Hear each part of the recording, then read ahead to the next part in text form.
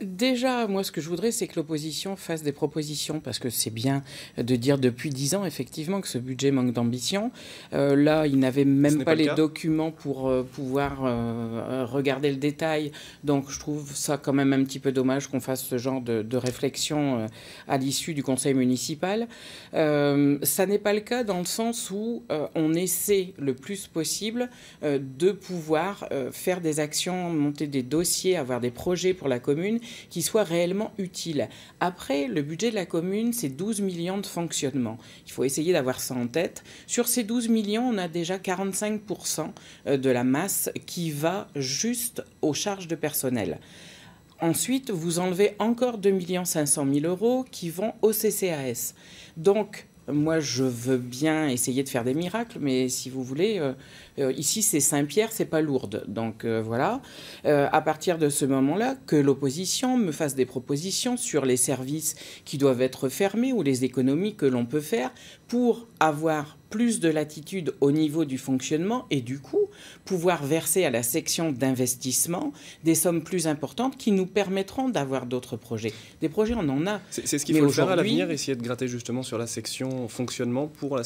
mais c'est ce que l'on fait à longueur d'année et on voit chaque année que soit on a zéro à passer à la section d'investissement, soit on a, comme c'est le cas là, une petite somme qui est de l'ordre de 80 000 euros. C'est très peu. Après, c'est un budget primitif, c'est aussi ce qu'on appelle un budget prévisionnel. Donc ça veut dire que derrière, on va avoir un compte administratif et là, on va savoir ce que l'on peut mettre en plus au niveau du budget supplémentaire. Donc c'est toujours la même histoire. C'est toujours la même histoire sur on ne vote pas, mais on vote quand même pour l'eau et on vote quand même pour les déchets. L'opposition veut des projets, ne veut pas d'augmentation de taxes, ne fait aucune proposition sur comment on peut faire des économies et ce que du coup la population va se retrouver à payer en plus. On ne peut pas vouloir faire des économies, ne pas vouloir augmenter les impôts. Donc ça veut dire quoi? On ferme quel service? Alors, il y a une proposition concrète en tout cas qui a été faite par l'opposition, on l'a entendu encore dans ce sujet. Elle concerne tout simplement les routes, avec la possibilité éventuellement de travailler main dans la main avec l'État, avec la collectivité, un projet tripartite pour le bitume. Vous y croyez, c'est possible? Alors, ça, c'est quand même quelque chose que moi j'ai émis depuis très longtemps, cette idée. Donc, c'est pas non plus une proposition de l'opposition. C'est quelque chose sur lequel je reviens régulièrement, avec aussi bien la collectivité que l'État. Après, ça dépend des partenaires aussi. Nous n'avons pas les mêmes priorités. Là, sur ce budget, on a mis dès le budget primitif 500 000 euros sur la réfection des routes. On a acheté un pointe-à-temps l'année dernière qui nous permet de faire durer un peu plus longtemps les chaussées quand elles sont rénovées. On a là cette année dans l'investissement un fondoir. Ça va aussi nous permettre de faire un petit peu plus durer les chaussées. Donc on essaie de faire pour le mieux avec les sommes qui sont les nôtres. Après, il faut un plan Marshall, en fait, pour la rénovation des chaussées.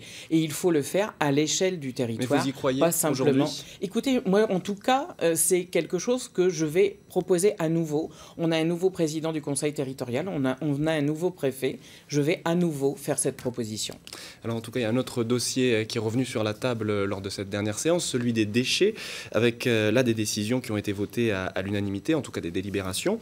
Il y avait quelques chiffres dans ce reportage. La mairie va réduire en 2018 finalement son investissement avec plus de dotations de la part des partenaires. Ça veut dire que le recyclage commence à bien marcher, à être payant? Alors le recyclage, il a bien marché quasiment depuis le début. Hein. On est aujourd'hui, depuis la mise en place de la collecte des biodéchets, à peu près 2/3 de la poubelle habituelle qui a disparu, je dirais, et donc une poubelle résiduelle qui est d'1/3 par rapport à il y a 4 ans. Alors là on ne parle pas des professionnels, on parle vraiment... Non, moi je vous parle de la poubelle du particulier. De la poubelle du particulier. Une fois qu'on a enlevé les emballages, qu'on a enlevé le verre et qu'on a enlevé les déchets fermentescibles, donc tout ce qui est déchets de table et ainsi de suite, il ne nous reste plus qu'1/3 de la poubelle qui est donc la poubelle résiduelle. Donc déjà, les gens ont adhéré. Les éco-organismes nous soutiennent depuis le début, mais il y a toujours un décalage. automatiquement. Il a fallu, sur les 6 premiers mois, par exemple, de 2016, travailler sans aucune aide. En 2017, on a eu une contrepartie qui équivalait, grosso modo, à ce qu'on avait fait comme exportation en 2016. Donc, on n'était que sur 6 mois. Et au fur et à mesure, les choses vont pouvoir avancer. Et là, on a vu des dotations qui passent de 80 000 à 280 000. Absolument, absolument. Donc, et donc, du coup, la quote-part du budget principal de la commune qui va vers le budget gestion des déchets, qui lui diminue d'autant. Cette année, on a donc 80 000 € à peu près qui iront vers le budget gestion des déchets par rapport à quasiment 300 l'année dernière. Donc si quelque part ça coûte moins cher à la commune, la question qu'on peut se poser, que peuvent se poser les citoyens, c'est est-ce que ça veut dire que la taxe va baisser pour les usagers? Ça ne coûte pas moins cher à la commune.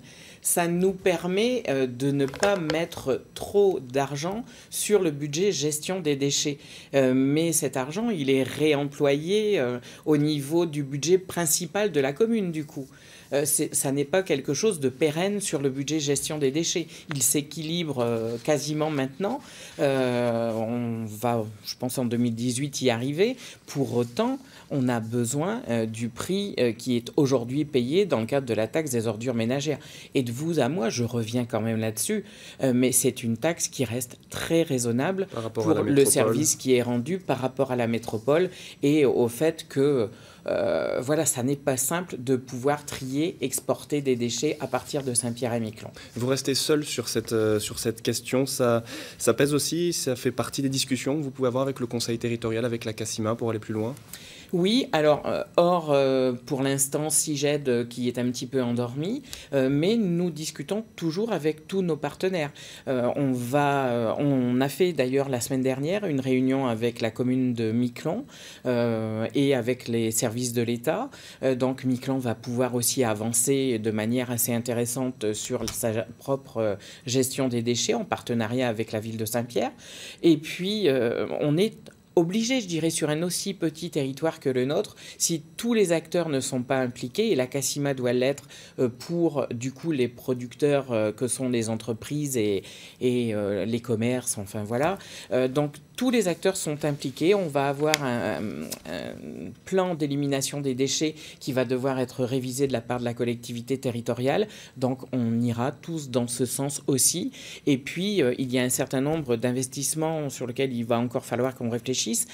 Quel sera le mode, par exemple, d'élimination de la poubelle résiduelle? Est-ce qu'on assèche les déchets? Est-ce qu'on produit de l'énergie? Qu'est-ce que l'on fait avec tout ça? Ou est-ce qu'on a un centre d'enfouissement ultime? Et tout ça, ça ne peut se faire qu'à l'échelle du territoire parce que les deux communes ne sont propriétaires que de très peu de terrain. Donc, de toute manière, la collectivité travaillera avec nous dans le sens là. Je voudrais quand même revenir 30 secondes sur ce qu'a dit Madame Légas. Éco-emballage est d'abord venu à Saint-Pierre à mon invitation. Alors, je veux bien qu'il y ait eu des contacts pris en son temps par Monsieur Cambray et Madame Girardin. S'ils sont venus et de la manière dont les choses se sont faites, c'est à l'initiative de la commune de Saint-Pierre une bonne fois pour toutes. Affaire à suivre, en tout cas la question des déchets, la gestion des déchets, on aura l'occasion d'en reparler. Je voulais évoquer avec vous un autre thème, à savoir le droit de préemption. Si le conseil territorial accepte votre demande, cela voudrait dire que la mairie serait prioritaire sur l'acquisition de biens immobiliers dans certaines zones. Alors, on l'a vu, il y a l'île aux Marins. Là, on peut évoquer la préservation du patrimoine, mais il y a aussi le centre-ville. Est-ce que vous avez un projet précis, par exemple, en ce sens? Alors, pour l'instant, non, pas de projet précis, mais par contre, l'envie quand même de pouvoir faire revivre ce centre-ville qui est un peu déserté quand même par les commerces. On les voit qui ferment au fur et à mesure, les restaurants, les bars, c'est vrai que... Alors, qu'est-ce que ça veut dire concrètement, justement? Ça veut dire qu'on peut avoir des projets... pour l'instant, je n'ai rien de précis en tête, mais ça peut être à partir du moment où, par exemple, l'ancien hôpital sera abattu, quel sera le devenir de cette place? Est-ce qu'on fait une coulée verte qui descend vers la place du Général de Gaulle pour aérer un petit peu l'espace et le rendre beaucoup plus attractif du coup pour que la population s'y retrouve et puisse s'accaparer un peu de cet espace?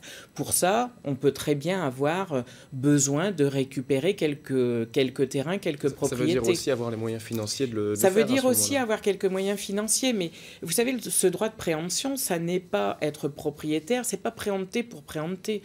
C'est effectivement, si on a un projet, pouvoir dire, bah, écoutez, ce projet, on le met en avant et on a besoin de cet immeuble, on a besoin de ce terrain pour pouvoir réaliser et mener à bien ce projet. Il n'y a pas de crainte à avoir et la commune ne va pas se mettre à acheter et essayer d'être prioritaire sur toutes les ventes qu'il va pouvoir y avoir, aussi bien sur l'île aux Marins que sur Saint-Pierre. Et quand même là aussi, sur l'île aux Marins, je pense qu'il n'y a que Madame Légas qui ne sait pas que la mairie de Saint-Pierre a un projet sur l'île aux Marins. On en a discuté assez longtemps. Les choses sont en train de se mettre en place aussi et on le voit. Ça s'améliore de plus en plus, l'accueil à l'île aux Marins. On fait tout pour ça. Et donc, ça me semblait logique que sur un petit espace préservé comme celui-là, on puisse être, au nom de la mairie de Saint-Pierre, prioritaire quand il y a des ventes. Après, tous les terrains ne nous intéresseront pas et toutes les propriétés non plus. Karine Clairaut, merci en tout cas d'avoir répondu à notre invitation. Merci à vous.